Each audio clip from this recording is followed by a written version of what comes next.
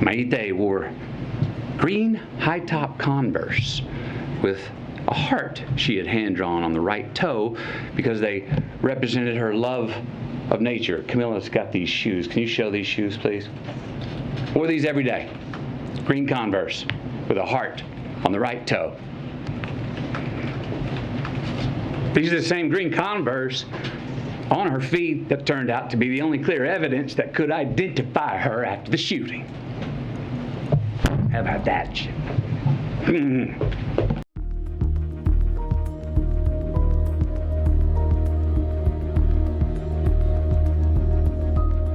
To make the loss of these lives matter.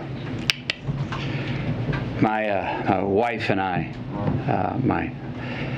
Camilla, we spent most of last week on the ground with the families in Uvalde, Texas. We shared stories, tears, and memories. The common thread, independent of the anger and the confusion and the sadness, it was the same. How can these families continue to honor these deaths by keeping the dreams of these children and teachers alive? Again, how can the loss of these lives matter? It's there that we met two of the grieving parents, Ryan and Jessica Ramirez. Their 10-year-old daughter, Alethea. She was one of the 19 children that were killed the day before. Now, Alethea, her dream was to go to art school in Paris and one day share her art with the world. Ryan and Jessica were eager to share Alethea's art with us and said if we could share it, that somehow, maybe that would make Alethea smile in heaven.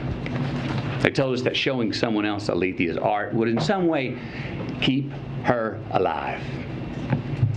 Now, this particular drawing is a self-portrait, all right, of Alethea drawing with her friend in heaven looking down on her, drawing the very same picture.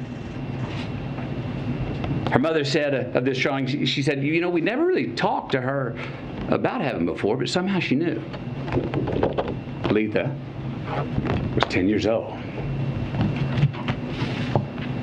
Her father, Ryan, this man was steady. He was uncommonly together and calm. When a frazzled friend of his came up and said, how are you so calm? I'd be going crazy. Ryan told him, he said, no, you wouldn't. No, you wouldn't. You'd be strong for your wife and kids because if they see you go crazy, that will not help them. Just a week prior, Ryan got a full-time line job, stringing power lines from pole to pole.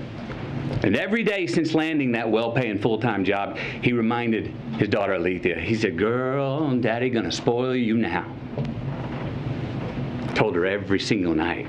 He said, Daddy's gonna take you to SeaWorld one day.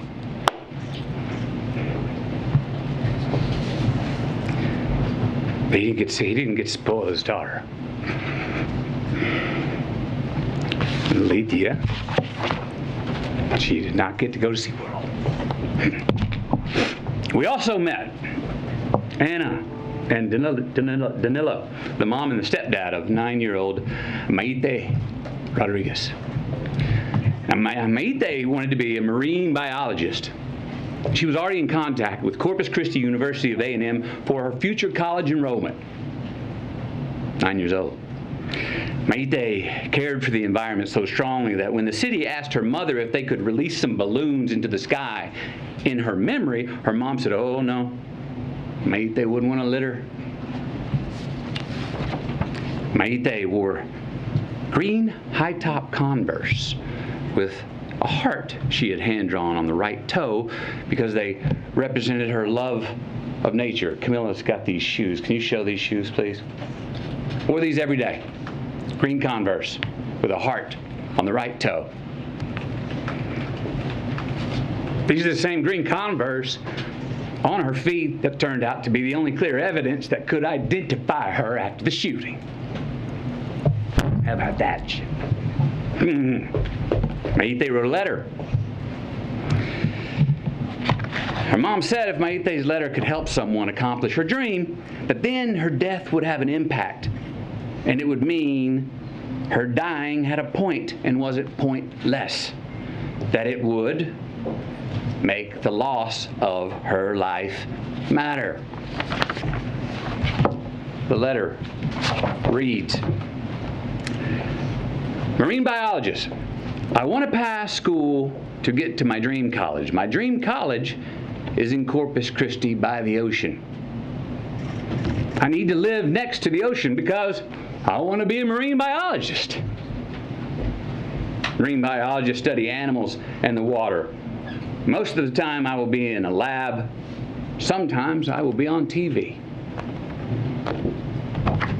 Then there was a fairy tale love story of a teacher named Irma and her husband Joe. What a great family this was. This was an amazing family. Camille and I, we sat with about 20 of their family members in their living room, along with their 4 kids. Kids were 23, 19, 15, and 13. They shared all these stories about how Irma and Joe served the community and would host all these parties, and how Irma and Joe were planning on getting a food truck together when they soon retired. They were humble, hard-working people. Irma was his teacher, who her family said went above and beyond and just couldn't say no to any kind of teaching. Joe had been commuting to and from work 70 miles away in Del Rio for years. Together they were the glue of the family. Both worked overtime to support their 4 kids. Irma even worked every summer when school was out. The money she had made 2 summers ago paid to paint the front of the house. The money she made last summer paid to paint the sides of the house. This summer's work was going to pay to paint the back of the house. Because Irma was one of the teachers who was gunned down in the classroom. And Joe, her husband, literally died of heartache the very next day when he had a heart attack.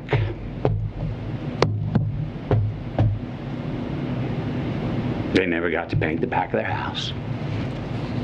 They never got to retire. And they never got to get that food truck together. We also met a cosmetologist. She was well-versed in mortuary makeup.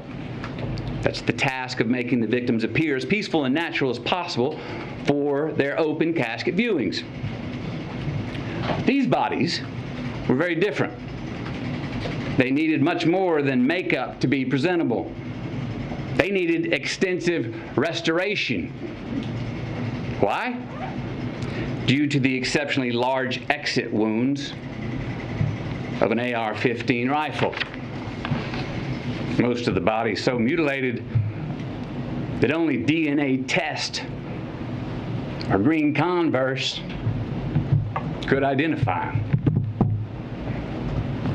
Many children were left not only dead but hollow.